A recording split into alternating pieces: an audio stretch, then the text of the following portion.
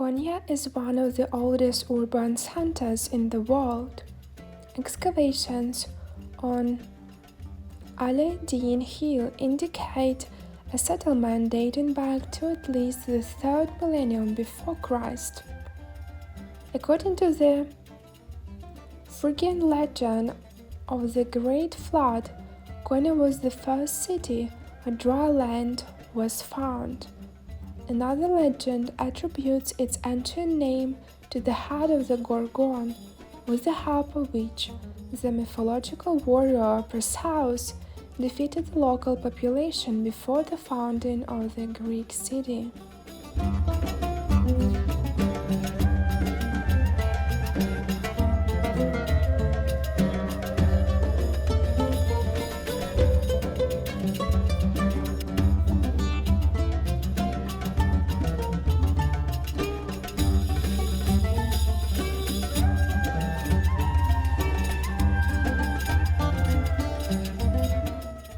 More inspirational travels are coming pretty much soon. Don't forget to subscribe. Let's travel the world.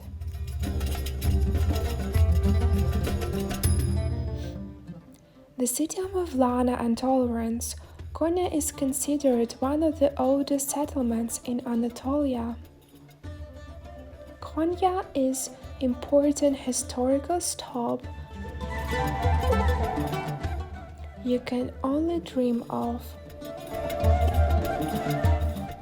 The city, which was called Konya for the Hittites about 3,000 years ago, was called Konya by the Phrygians, Iconium for the Romans, and Konya for the Turks.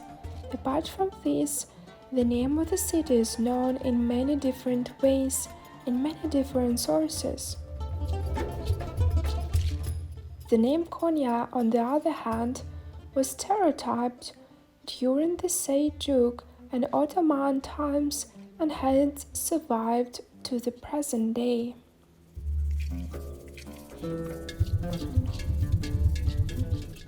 Konya is perhaps the most magical, peaceful, and friendly city in all of Turkey. Legends are woven into history so skillfully here that you can no longer distinguish where the truth is and where the fiction begins.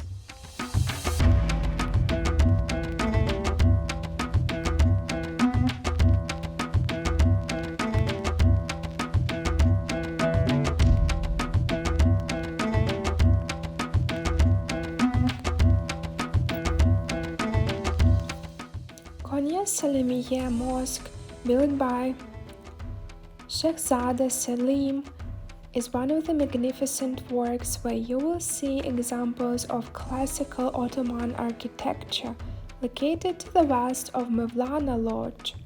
It's not known exactly by which architect the mosque was built, but it's estimated that it may be the work of Minar Sinan.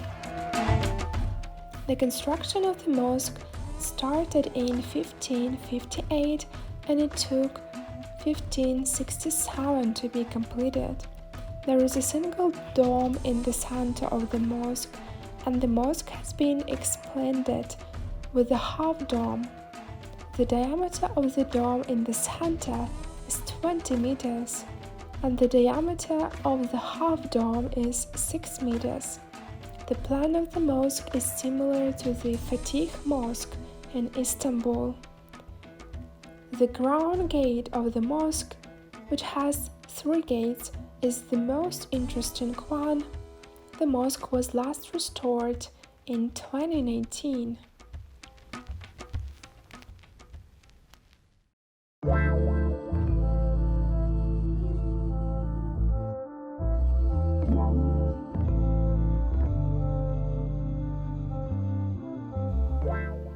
Mevlana's Lodge is one of the most important places you should see in Konya. You should put this beautiful piece, which has also been serving as a museum since 1926, at the top of your visit list. where the place where the lodge is located was considered as a rose garden. In the Seljuks, it was given to Mevlana's father, Sultanul Ulema Bahreddin Valed, as a gift by Sultan al-Din Keykubat. After his death in 1231, he was buried in his rose garden, and his loved ones demanded that the tomb be built on the place where his grave was. Mevlana, on the other hand, did not approve of this and replied, "There cannot be a shrine above the dome of the sky."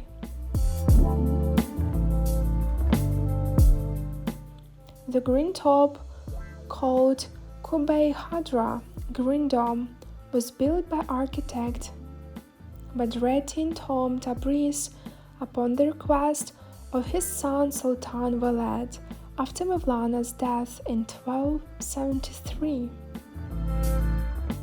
Various additions were made to the tomb over the time, and it was ensured that it took its present form.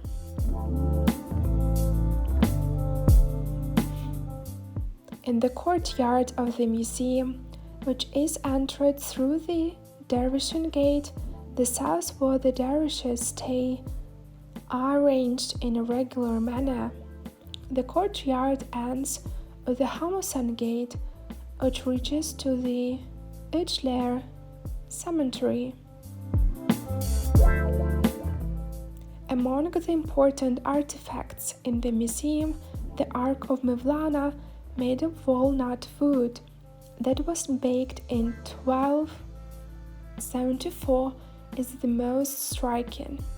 In addition, Mevlana's tomb cover, the Masnavi sample written 5 years after Mevlana's death, and the April stone, which was presented to the dervish by the Ilkhanid ruler Abu Said Bahadur Khan, are among the historical artifacts that should be seen.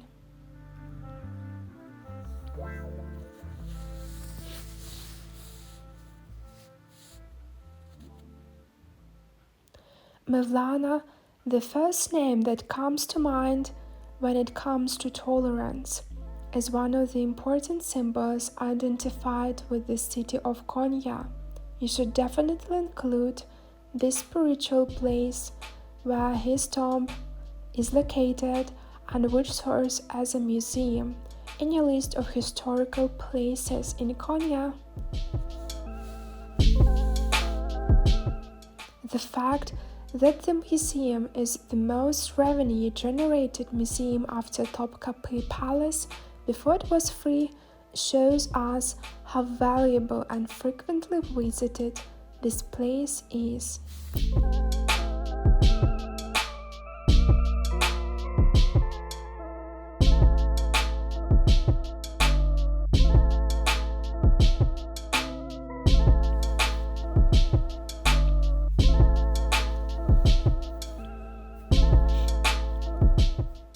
The Aziziyeh Mosque, which was built with cut or stone, is located in a central location of Konya.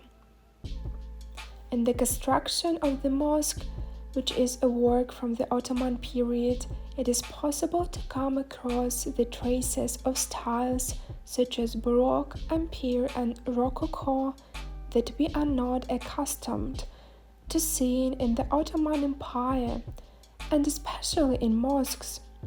This ornate style began to be used in the last period of the Ottoman Empire.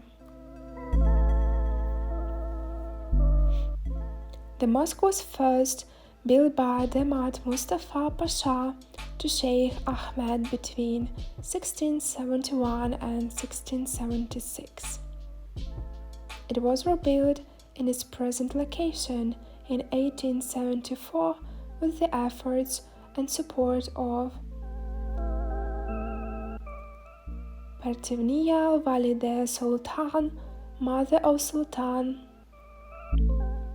Abdulaziz. The mosque has 2 minarets. The use of the water of the adjacent bath for heating the mosque is one of the original ideas used in the mosque. The mosque does not have a garden courtyard, and this feature distinguishes it from many other mosques. In other words, those who leave the mosque find themselves directly in the outside world. The high dome of the mosque offers a distinct comfort to the mosque, and besides its ornate structure, it is of great importance that it provides a climate of peace.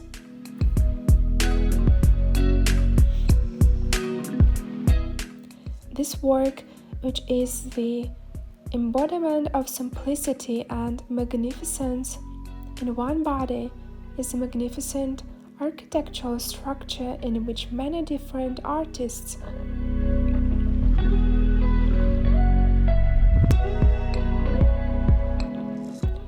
This work, which is the embodiment of simplicity and magnificence in one body, is a magnificent architectural structure in which many different artists' approaches are used together. The fact that the mosque is the only mosque with windows larger than its door is one of the details that make this piece of worship interesting.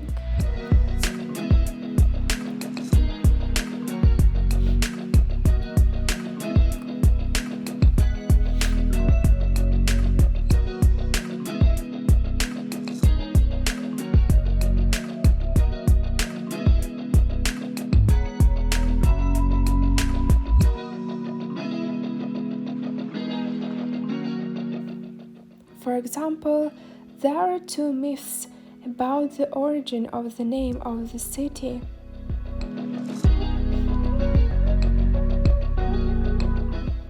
According to one of them, a long time ago, a terrible and disgusting dragon brought a lot of trouble to the inhabitants of the city. But the brave Perseus came, killed the monster, and saved everyone. In honor of such joy, the townspeople erected an obelisk and an icon, as the image was then called, of their hero. So the city after began to be called Iconium.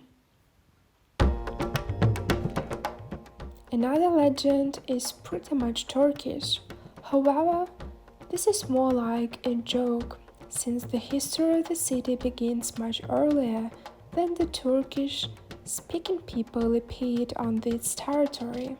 But nevertheless, the version is as follows. Two dervishes flew across the sky and had decided to rest. They chose a nice place for themselves. And then one of the dervishes asked another, "Konalım mı?" Landing? And the second replies, "Konya, landing already." And they liked it there so much that they founded a whole city in this place.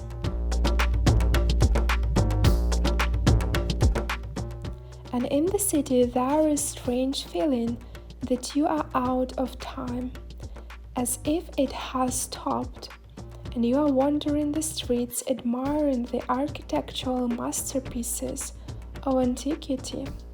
It gives an amazing sense of peace of mind. The settlement in Konya dates back to the 7th century before Christ, and traces of many civilizations can be found around Konya.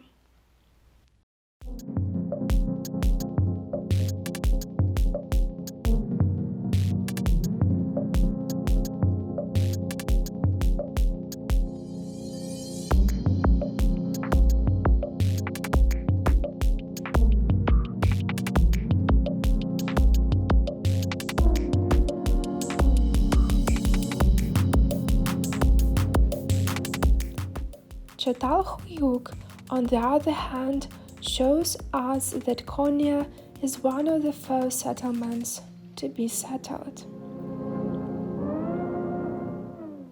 the Hittites and Lydians of the 6th century before Christ, the Persians in the 4th century before Christ, Alexander the Great in the 2nd century before Christ, and the Romans became the main communities that dominated Konya.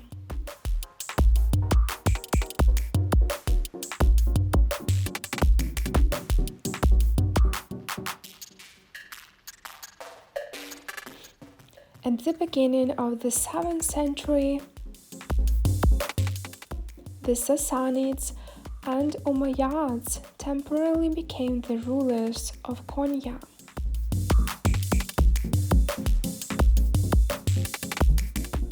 Konya, which was a Byzantine territory until the 10th century, opened its doors to the Turks with the 1071 Malazgirt victory. Shortly after this victory, Konya was conquered by the Turks. Due to the strategic location of Konya, the capital was moved from Iznik to Konya during the First Crusades. In 1387, during the reign of Murad I, the doors of Konya began to open for the Ottomans. The city, which could be not shed among the Karamanids, was conquered by the Saqqad in 1513. It was captured by Selim. From this date on, the city has been one of the important pieces of land of the Ottoman Empire. Mevlana Museum is the first stop that comes to mind among the most famous historical places of Konya. Apart from this, Karata Madrasa, Ince Minareli Madrasa, Sirchali Madrasa are among the structures that must be spared time. Çatalhöyük, one of the most important symbolic excavation cities of the transition to settled life in Konya, is also one of the places to be seen.